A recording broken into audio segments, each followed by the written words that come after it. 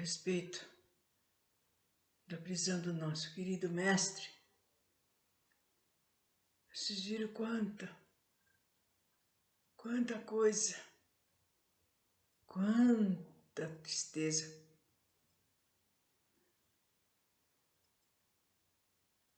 E quantos momentos difíceis para o nosso querido mestre.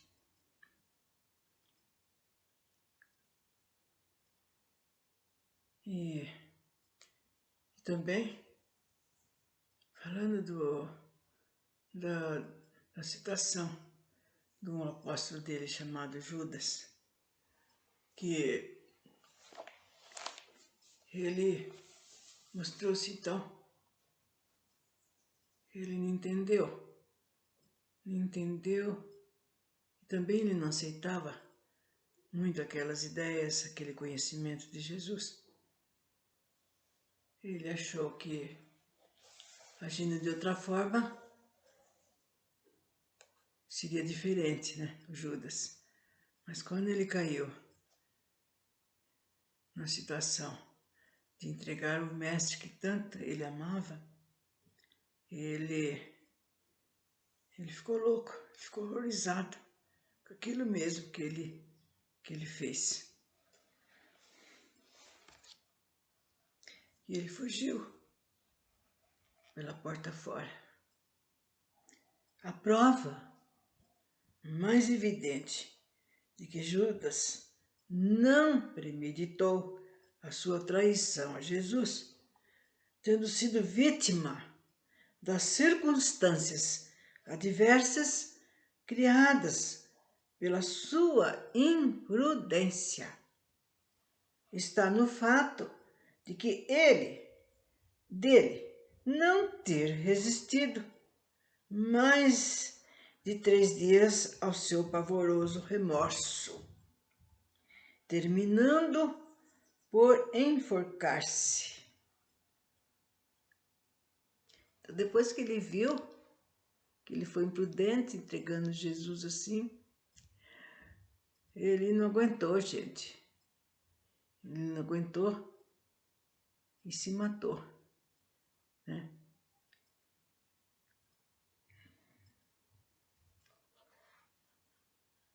Uma alma vil, daninha, maldosa, que agisse por pura ambição, ciúmes ou vingança, também seria suficientemente insensível para continuar a vida depois da sua traição.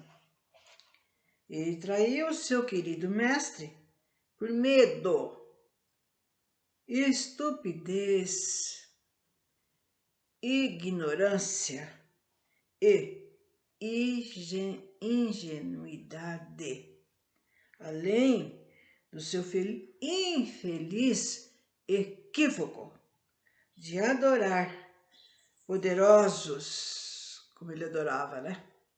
Até que Caifás chamou, ele foi voando para lá. E também confiar nos velhacos, que era isso que aqueles caras eram. Raposas velhas.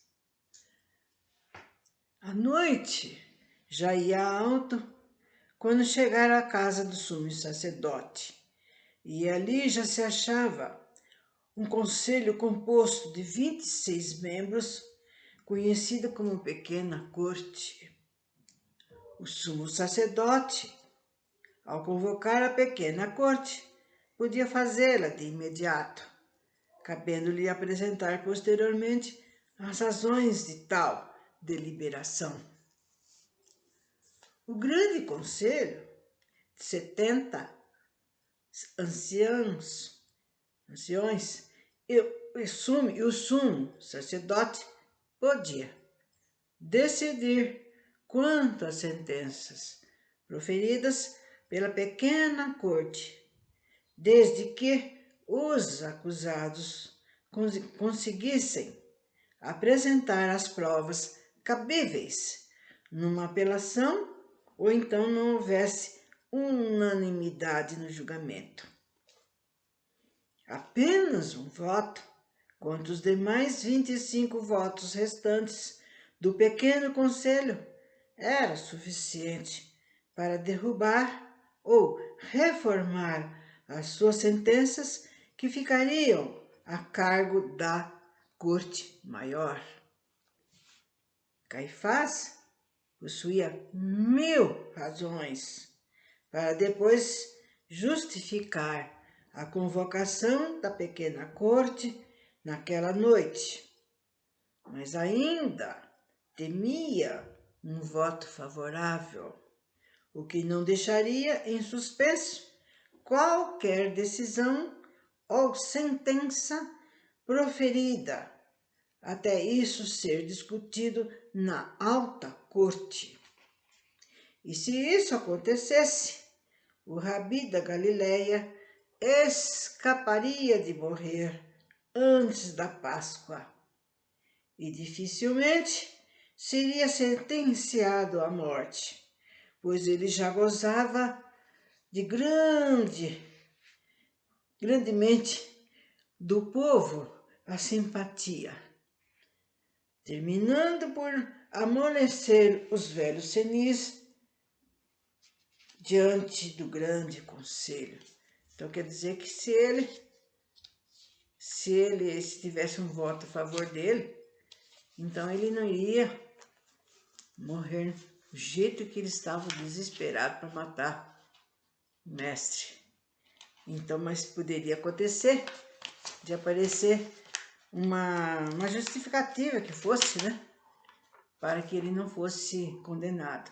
Então, ele não poderia ser sentenciado, porque eles estavam na véspera da Páscoa, né?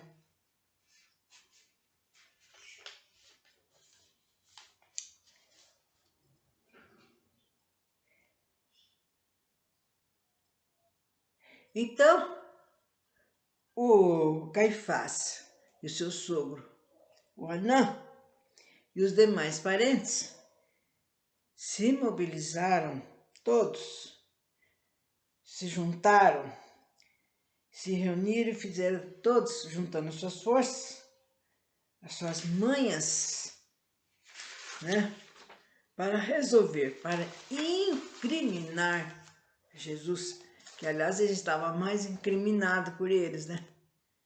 Mas eles tinham mesmo assim, mesmo eles sendo grandes nos seus malefícios, né, igual as raposas, inteligentes naquilo que estavam fazendo, sabedores que ia dar certo, mesmo assim eles tinham receio, né?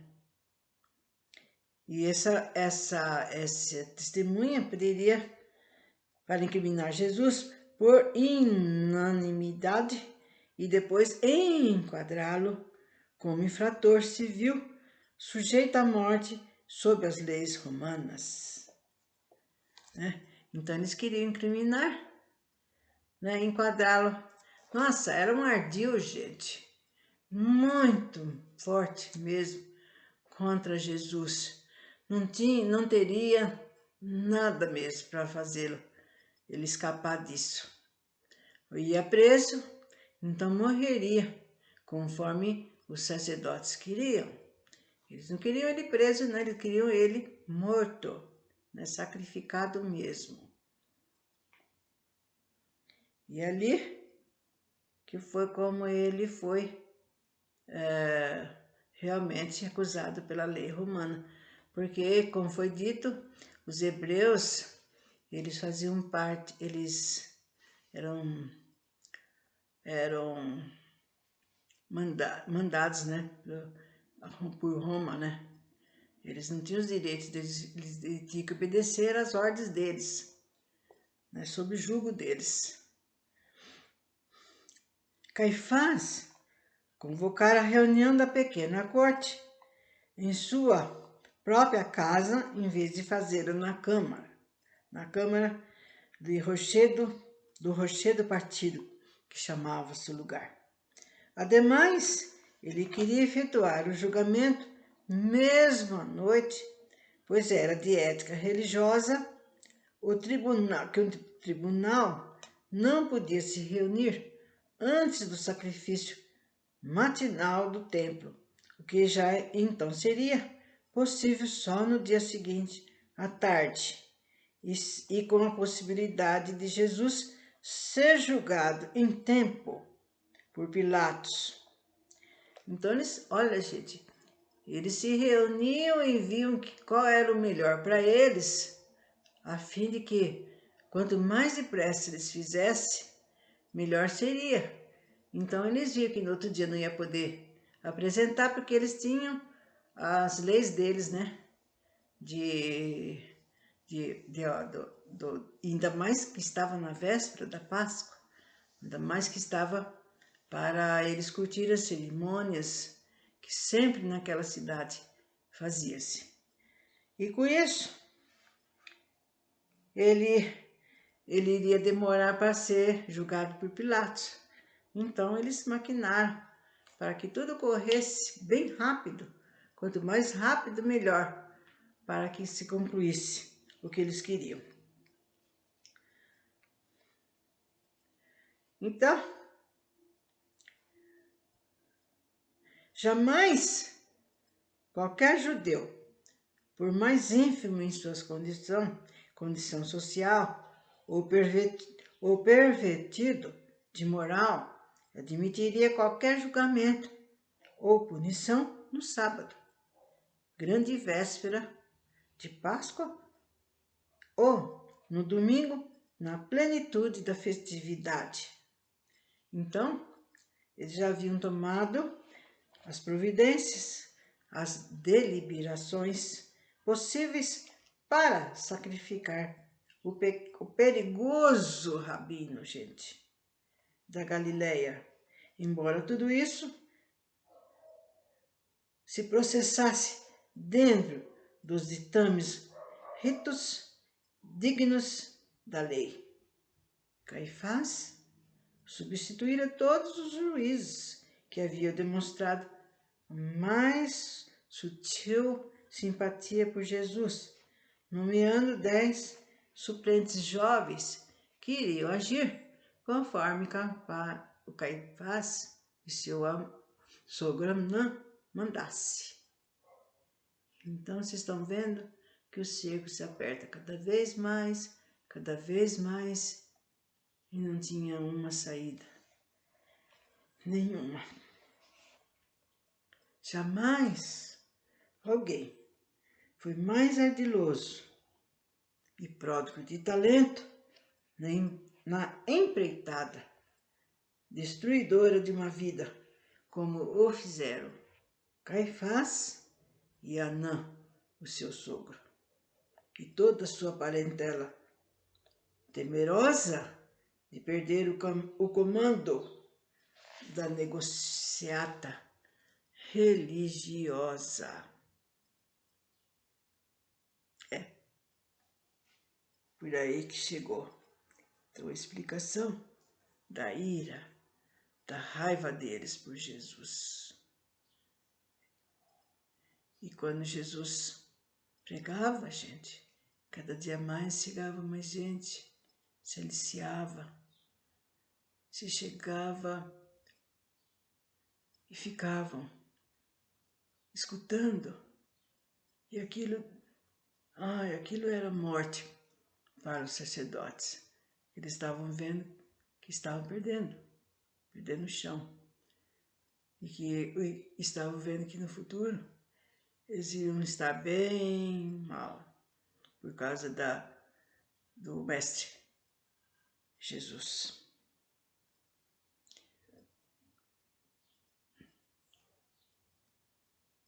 Então, gente, eles semearam espiões no seio do próprio movimento cristão, incentivando a marcha a Jerusalém, sobre as aclamações sediosas que foram o arremate para incriminar o ingênuo rabi da Galileia, e distribuíram bolsas de moedas a seus agentes mercenários, transformando o incidente do templo numa grave sublevação que posteriormente apresentou prejuízos vultosos aos cofres sagrados.